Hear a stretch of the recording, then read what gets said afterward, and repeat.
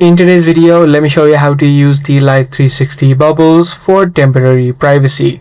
If you want your location to be hidden or your movement to be hidden temporarily inside of Life360, all you want to do is just tap on your profile that is being displayed on the map, and you'll be able to see the option called Create Bubble on the left hand side. You can simply tap on this option. Now you can use this slider to set a size of your bubble all the way from 1 mile to 25 miles depending upon what you want, and then tap on continue. Next you need to select a duration, choose a duration that you want all the way from 1 hour to 6 hours, and then tap on continue.